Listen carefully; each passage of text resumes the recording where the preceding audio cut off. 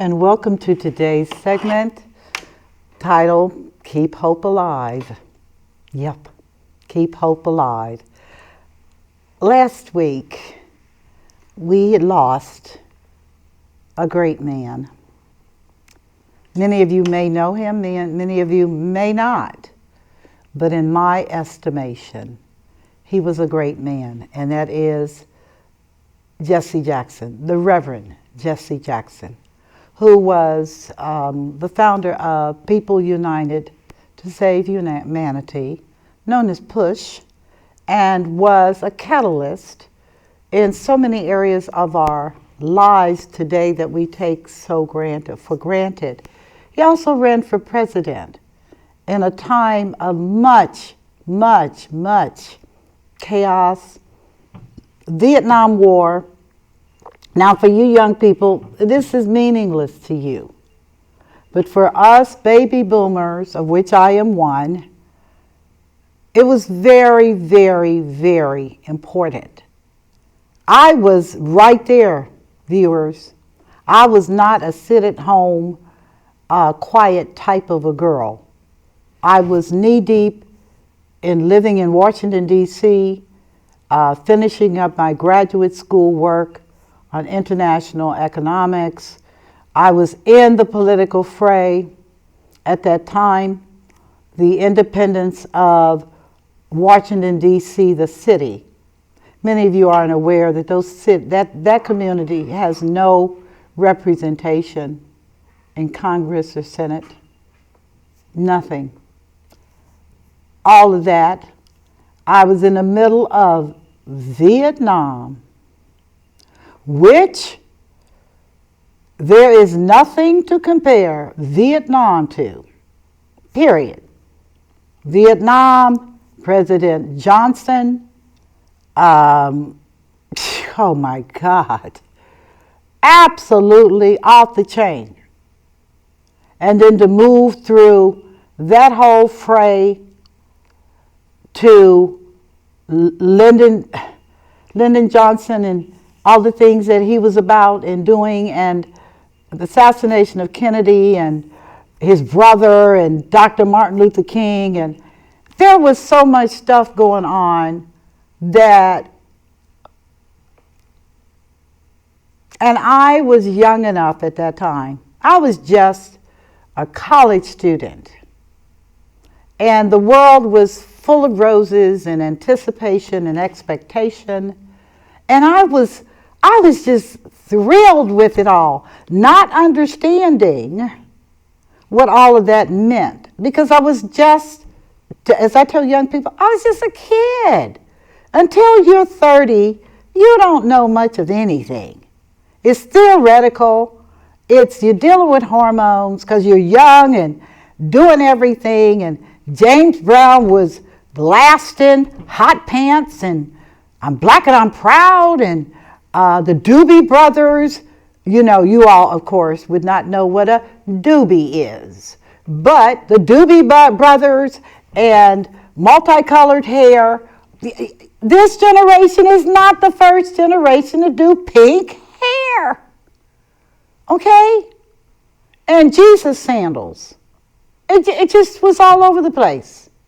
And yet, in the midst of all of this, was a real respect for the opinions of others. And again, for so many people, the notion of internet was just not even there. We didn't even know what other people were doing. We only knew what we were doing, which causes a really different type of a filtering. But there were people then, as now, who were leaders, who were cutting edge, who saw things differently. But they weren't persecuted.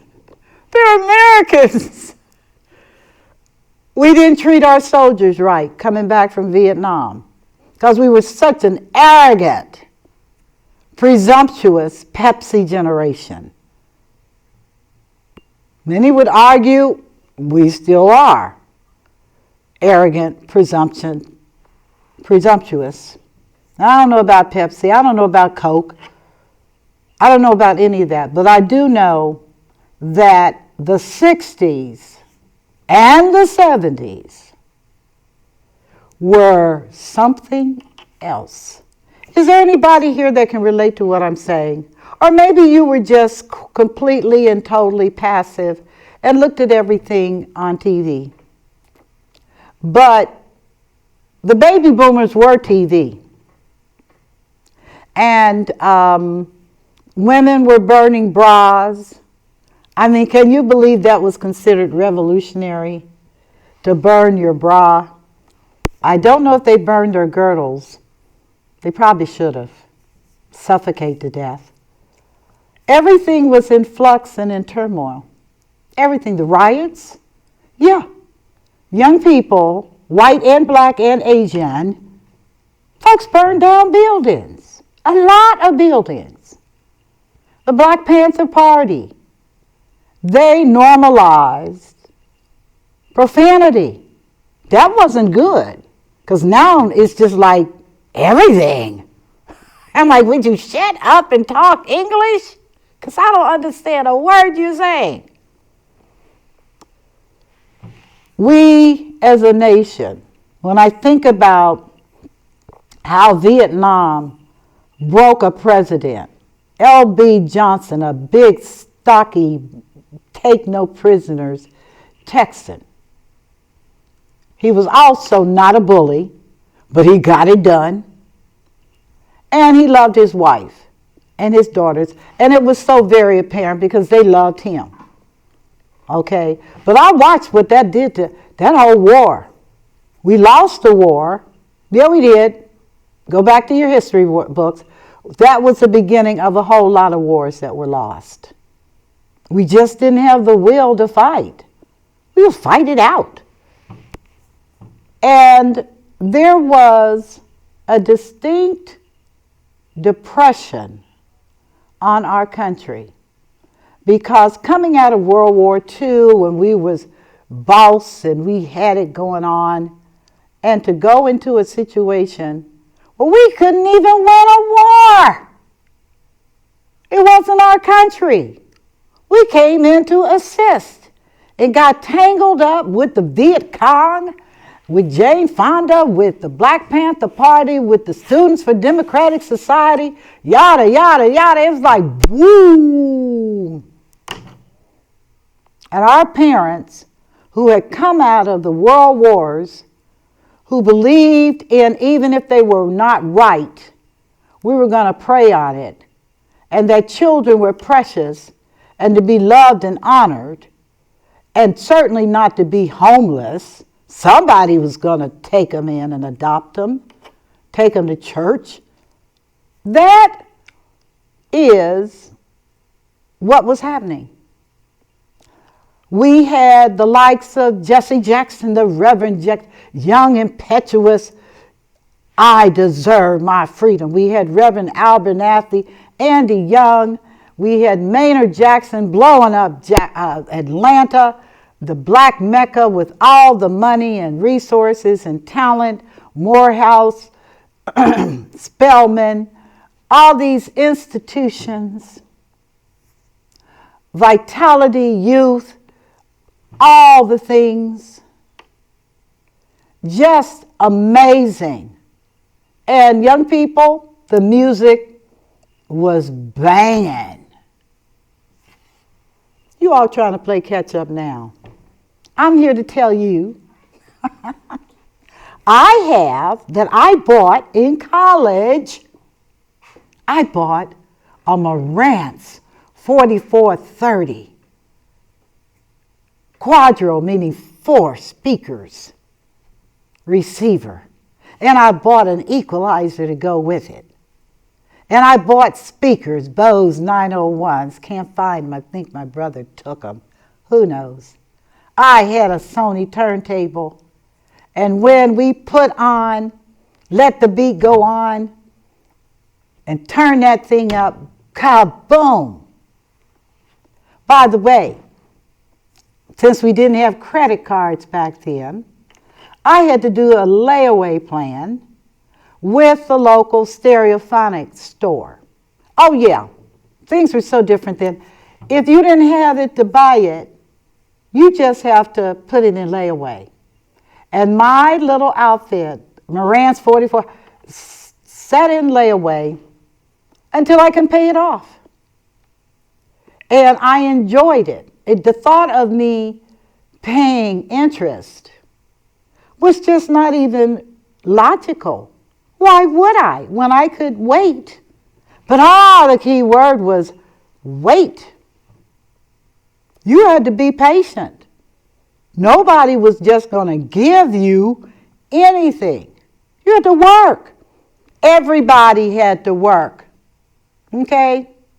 It may not have been what you wanted, but you had to work. And you also had to go to church. Am I talking to anybody? You couldn't be a heathen. You had to go to church. It didn't care what you did on Saturday night, Sunday, you had better be in church. Okay? Including Sunday school. Why? Because that's just the way it was. People said, well, they didn't treat us right. And you're right, and you're correct. You're correct. But I'm going to tell you something. The power of prayer is something. That's what I grew up seeing.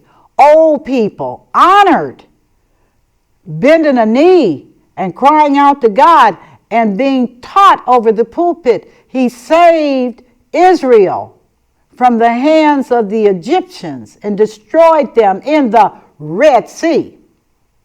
And that he was going to destroy the evildoers in this country because we were praying that the righteousness of God be affirmed. That's how we grew up. It sounds really odd. You'd be banging and partying hot pants to James Brown, I'm Black and I'm Proud, to Sylvester, to the Whispers, to the Superiors. All this while you were praying on your knees for God to break the neck of the enemy. And live to see it.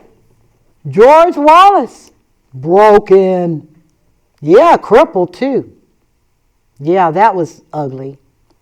A lot of things happened. A lot of things took place. But I think the most amazing thing from where I stand today in my 70s, yeah, I can look at all that. The kids are like, what is that? And I'm like, I'm going to tell you what it is. It's when people had hope. When no matter how bad the situation was, and make no mistake, it was bad. Okay? I didn't say crazy, because what we're living in today is not bad. It's morphed into crazy. We do not have a faith in our fellow man. We do not believe that people are going to do you right. And we anticipate, and not only anticipate, but watch it validated, that people are going to do you wrong, even when you're honorable, even when you're credentialed, even, that people are not going to. The basic distrust of your fellow man. The basic disbelief in the goodness of people. The basic rejection of anything that says apology, that says, hi, how are you today? Simple courtesies. The honor of being a Girl Scout. Yeah. The honor of being a Brownie or a Boy Scout. And oh my goodness, an Eagle Scout back then? My dad was a troop leader for Eagle Scouts. We had boys around all the time, mannerly, courteous males who were not crazy. We also had females. I was a Girl Scout, I was Brownie, I was a Mariner, even though we didn't have an ocean in sight. My specialty was knots. I knew how to do all kinds of knots because in my head, I was going to be on a yacht on the ocean, and I needed in little podunk, Cincinnati, Ohio, with the nasty Ohio River. I mean, fish weren't even in there. The Licking River in Kentucky, but definitely not the Ohio River. No, thank you. What I'm trying to do is paint a picture for you to reflect back on those times and those memories that got you through over here in a very different time. We didn't know about people in other countries. People that came over here as immigrants. We didn't know. I remember a young lady in my class who I adored, and she was from Poland. And she was poor. I mean, real poor. And she looked poor. And I remember always trying to help her. Here I am, a black girl. We were poor. Trying to help a Polish girl who was coming over here because they wanted a better life. I doubt if they'd be immigrating now, at least not for a better life. But these are the things that are notable, that are worth reflecting on. And I say that because if we continue to reflect on all the horror that is taking place as I speak in this country and in this world and in the hearts and minds of humans, people, no matter where we came from, if we don't get a grip on this and begin to look at it with eyes well aware and awake, we will paint fantasy pictures. We will paint pictures of, oh, it can't get worse. Oh, but yes, it can. Ask those little girls that were bombed in Birmingham going to Sunday school, in Sunday school. Ask what it was like to have a dog chew on your arm. Or in my particular case, having the law enforcement escort you to school. You're just 5. You don't even know nothing. You don't know why they're walking you to school. You don't know why people are acting the way they're acting, hateful and mean. You don't know these things. But one thing you are determined is that this world's not going to move forward like that. And it couldn't have just been my experience, because out of all of that, we have the highly radicalized, although you're sitting in a couch right now like a potato, but you and I know what it was like and what those days were like. And I don't care who it is. I'm willing to fight, and I'm willing to keep hope alive. They sound like they are diametrically in other directions, but they're not. The fight is so that hope can thrive. The fight is so that democracy sustains. The fight is so that all those people, including the Reverend Jesse Jackson, who coined the term, keep hope alive, even when he was there when Dr. King was assassinated. It's that keeps me going. And for those of you who chose the path of a coward, who are not willing to stand for anything and live for everything, good luck with you. I'm not going to judge you, but don't you dare judge me, because I believe firmly in the precepts of this country, and I also know our country's history, which is something you may want to go back through American history again and find out what the Revolutionary War was about, and find out why King George, we were like, oh, no more kings. You need to know what that looked like while they're picketing and protesting today, no more kings. King George was a monster. He also had a bunch of kids. They were crazy too. And a black wife, Charlotte. Yeah, she was German. But she was black. Rich. These are things you need to know. You need to know why slaves enlisted in the Union Army to shoot their masters and their masters' peers. But even before the Union Army, slaves were doing stuff and burning up people. And masters were throwing them in the swamp for the crocodiles to eat them. How do I know that? How do you know that? Because I went to plantations. I visited. Go to some of my earlier shows. I interviewed people that curate these plantations. Do you want to be an alligator's dinner? Well, mess up. This is not new. Please get a sense of it. It's not new. But what is different is the fight has changed. We didn't have cell phones. We had telephones that you picked up and you can hear your neighbors talking about all the gossip. Oh, you all know what I'm talking about.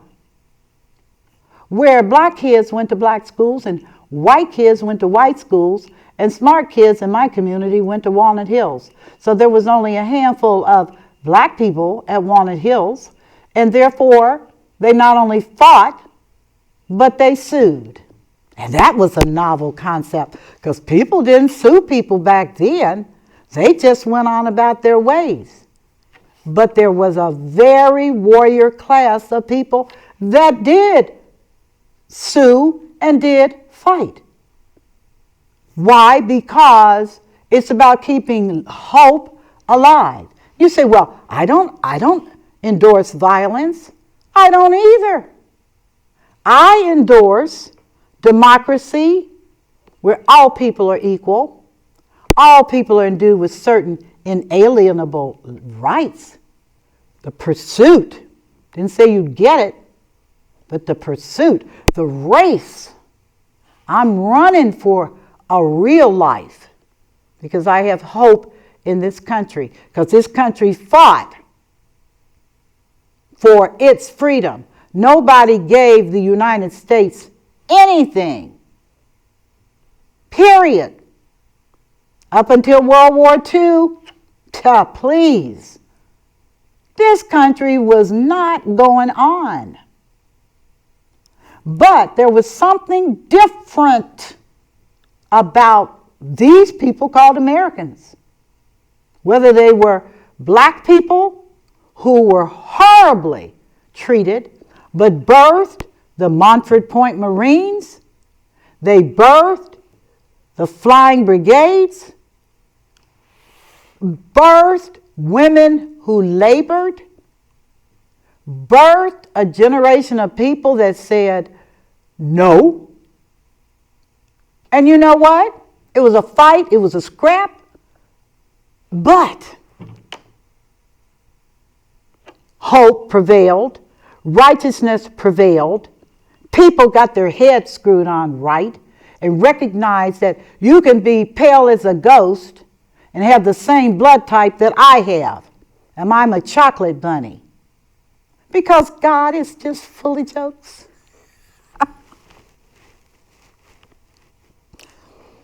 And your cousin could look like you, white, and have children that look like me, black. Like I said, DNA, jokes, God's going to win every time. Because we are quintessentially humans. And we're not only humans, but we're Americans. I should say United States of America, because America is a large, large landmass. Canada, U.S., Mexico, Caribbean, South America, huge. Not as big as Africa, but respectable. So people fought. They fought to get over here because Europe didn't want you. And you know this. I mean, don't get mad at this man because he said, why are we in NATO? They'll never want you anyway. That's why they sent you over here, which is goodbye. Okay? Because they have their own mess, which tells me that humans are just messy. We are. And we want everybody to be totally okay with what we do. And that's not going to ever happen. There's going to be a fight. And if there isn't going to be a fight, there's going to be an explosion, which is the fight that's pent up, can't be pent up no more. So I'm talking about keep a hope alive, not just in honor of the Reverend Jesse Jackson, and whether you liked him or not is irrelevant. He had the right to say his piece. He had the right to say no, along with lots of other people. And they had the gumption to do it right in front of your face. Why? Because we are not a communist country.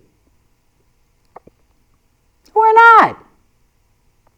We believe, at least I thought, maybe my head needs to be washed out. I believed that everybody had the right to express in a peaceful way. If not, you're going to be subject to the criminal process. That's a part of order 2.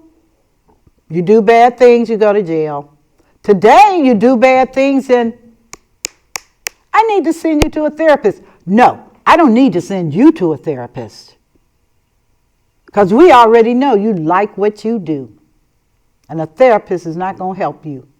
But I got a nice place I can send you where you can make peace with your maker. Because we don't like to talk about that anymore because it sounds like we're judging. But if you do not have a strong belief system that people have the right to exist, they have the right to exist, to make a living, to take care of their families, to enjoy the same privileges as other people, then it all becomes hypocrisy, which is what our young people are honest about. It's not a new story. As a baby boomer, isn't that what we marched about Vietnam about? When our men were getting killed over there on principles that didn't even apply to us? Isn't that why Muhammad Ali said, put me in jail because I'm not shooting those people?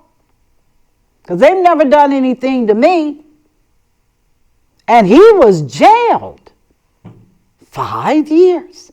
He still came out the greatest. But my point being, if there is no hope alive, if there's no belief that we have a moral obligation to protect and preserve the U.S. Constitution, which I tell people, they say, oh, that I don't know about that. Read it, please. Don't believe somebody else's opinion. Read it. Read it in its entirety. And then read all the changes that were made, called amendments. Because people realize those men were human. And they didn't always get it 100%. But they did a daggone good job, in my opinion. Now, keeping hope alive means honoring the dignity that created these instruments, that made us safe, even when we knew it was not safe, that made us resolute in the fight. And viewers, whether you like it or not, whether you know it or not, what we're going through now is going to be the fight. Don't run. Don't be Chicken Little. This is what birthed this country. The fight. You will not tax us. We're not paying it. You're going to disobey the king? We're going to reprimand you. And who is it that declared, give me liberty or give me death? That's a powerful thing. The fight was on. We fought with each other. What do you think the Civil War was? Brothers killed brothers. That's why the South has not recovered. You annihilated all their men and broke their women. And they still have triggers. Don't be waving flags around them. They still remember Cousin Leo 4 generations back who died at Gettysburg and blah. I mean, you're like, can't you get over it? No, because we lost the fight. And then you humiliated us. That was a fight. Come on, think. Get an American history book and read it, because the whole story of this country is fighting and blood. Remember the Alamo. That's what, you're not going to control Texans. You're not going to control Texans. Do you not know what remember the Alamo meant? And the number of people that straight out died because they would not bow to Mexico. Yeah, Texas was a part of Mexico. Mexicans from Texas are Mexicans from Texas. Texas did not own Mexico. Mexico owned Texas. You think there's some core resentment there? Yes. You think you're going to tame a Texan? Nah. Them and their little funny looking horses and funny looking cows. I'm like, okay, but this is America. And you fought. So when people tell me we can all get along, I said we probably can. Negotiated pieces are real. It's not working in Ukraine, but maybe it'll work here, because we did negotiate after the American Civil War. The North won. Yeah. Slaves were free. Trade and commerce to the West continued with trains and Chinese people building railroad tracks under horrible conditions, treated like garbage, and people became richer and unkinder. We have that story too. Don't miss it, because it gives you an insight into who we are and why we have so changed. Question mark. I don't know. Because to look at everything that's going on, initially I said, well, this is different, because my economic history in this country shows people that came over here with nothing, literally immigrants with nothing, because this country needed help. We needed physical labor to grow, and we still do, because nobody's picking a farmer's lettuce patch. But since you sent everybody home, now my lettuce costs a fortune. I'm not kidding you. I can't buy a head of lettuce without paying $4. I'm growing my own. I get you. I'm growing my own. So, here we are. Keep hope alive. Hope lives in me, because I know that a nation is willing to fight for its principles, no matter how crazy you may be, but a nation that is tied together because of its principles, the theory, maybe not the facts, but the principle theoretically is going to get through this mess. Why? Because I believe, this is me talking, Michelle Graves, the money lady. I'm just expressing my opinion. So don't throw the shoe at the television, please. That's not good.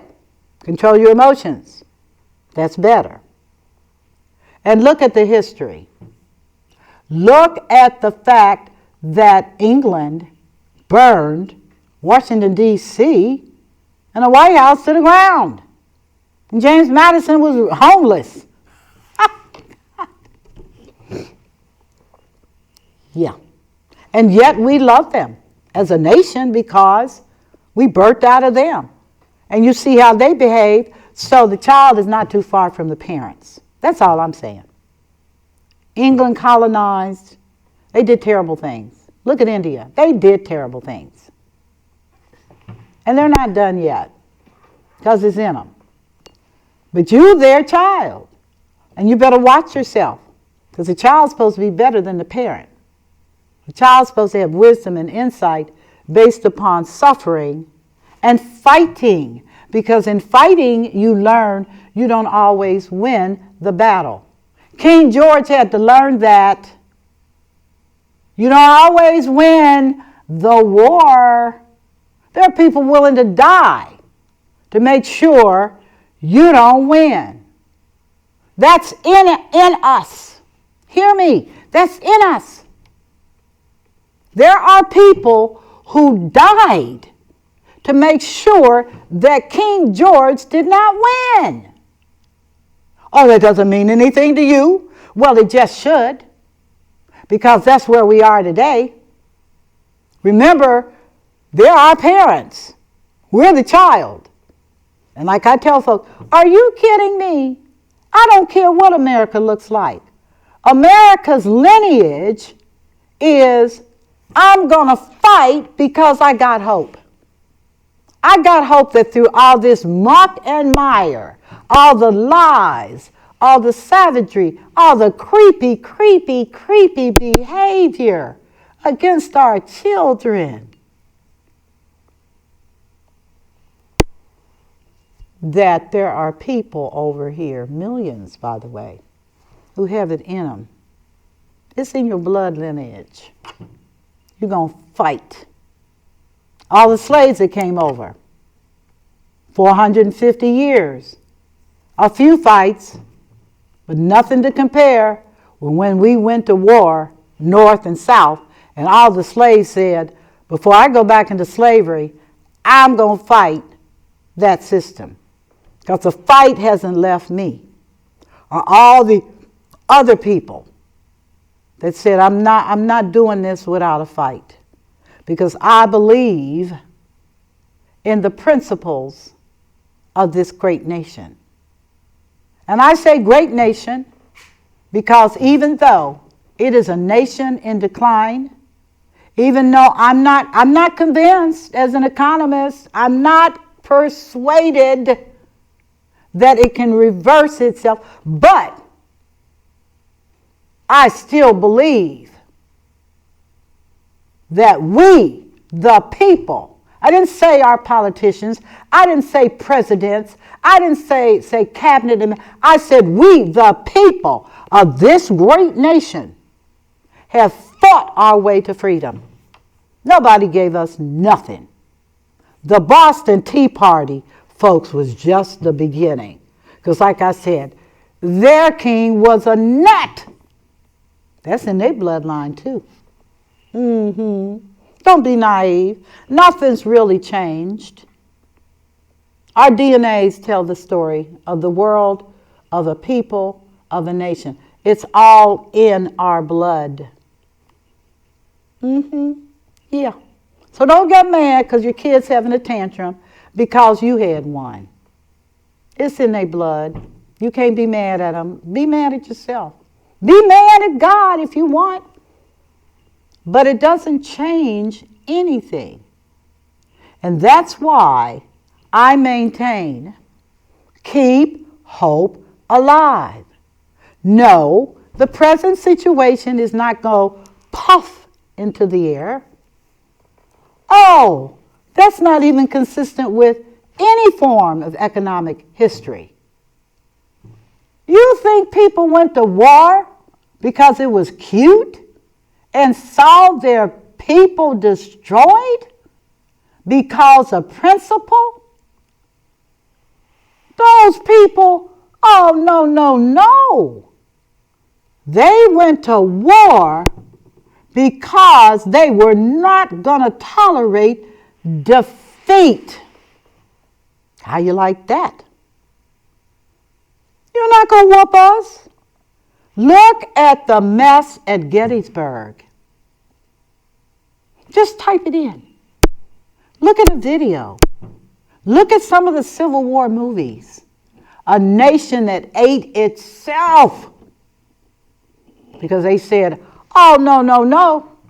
You're not going to leave us. We tar babies. we going to be here to the finish line. And if you don't like it, then we're going to go to war. Because we're going to fight. Because we believe there is a better day. It may not come. Because I'm saying it. But we believe in the principles of our founders. And no, they didn't look chocolate like me. They're white men.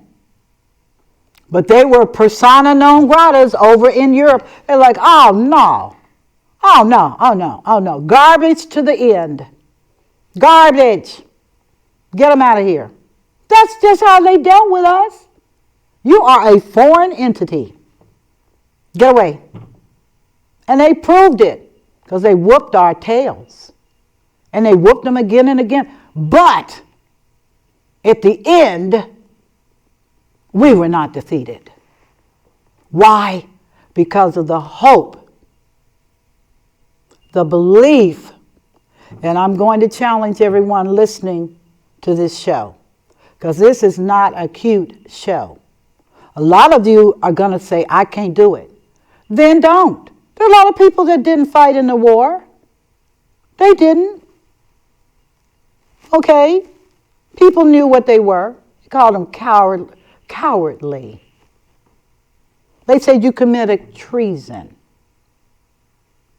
The penalty for treason was you got shot. Can you imagine that? They said if you don't do what we do and line up with us, we just gonna shoot you. Now we don't flip the script today. We say, well, can we have principled discussions? It would be nice.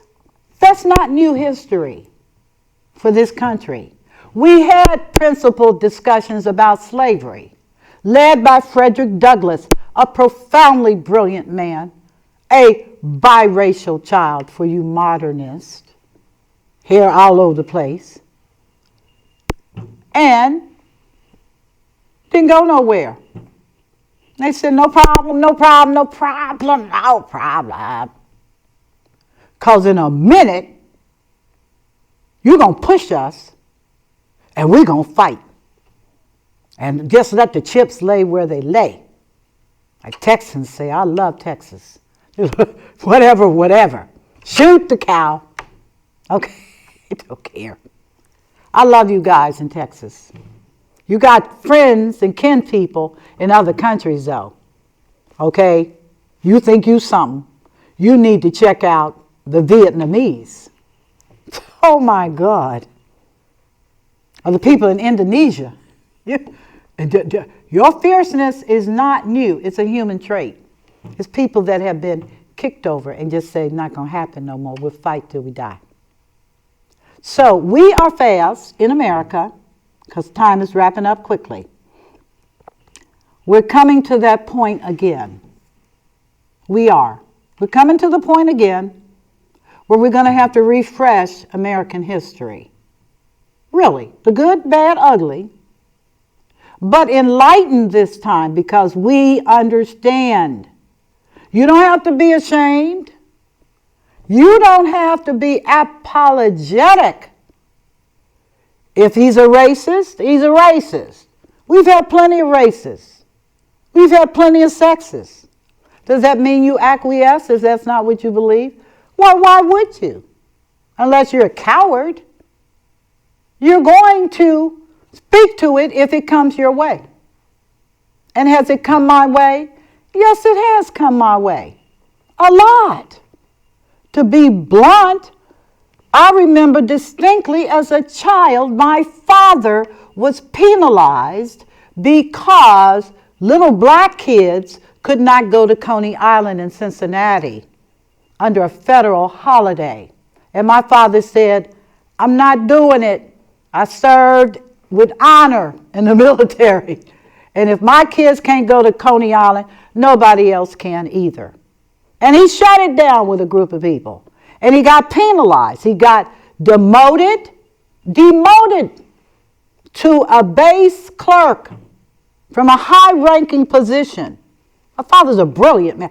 Debased. And our family suffered because he would not endure the indignities of his children not being treated fairly. I know what the fight is. And I was raised that way. I still don't go to Coney Island in Cincinnati. And people say, well, you need to get over it. They got a wonderful pool. Drown in the pool. I don't care.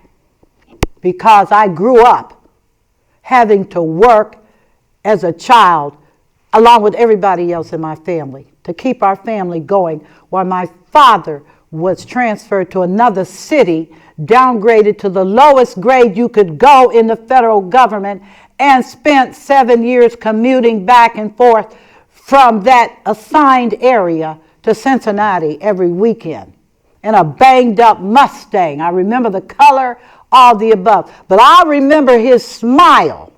I remember his determination. And I remember that he was not going to suffer the indignities of racism and discrimination. He fought.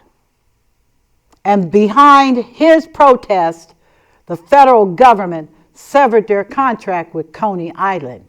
There would be no more federal employee days. That was over. That was over. Either we all come or nobody goes. And I remember Caucasians were like, I can't believe they would personalize it. Now you get to feel it.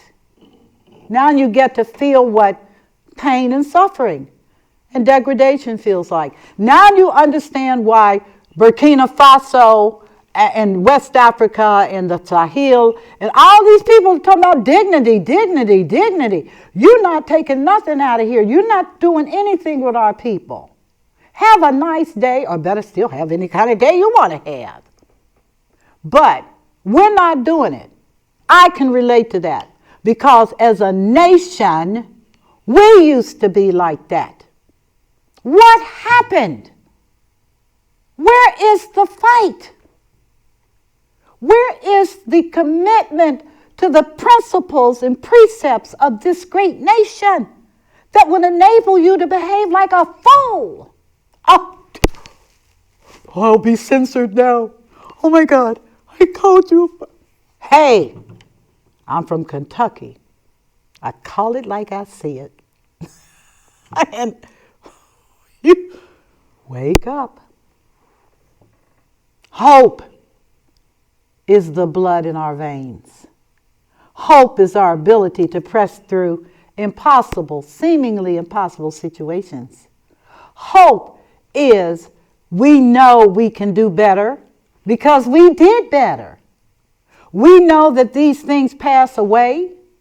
There was a time when Mr. McCarthy, may he burn in a fiery place, in the 50s said everybody at odds with each other over communism.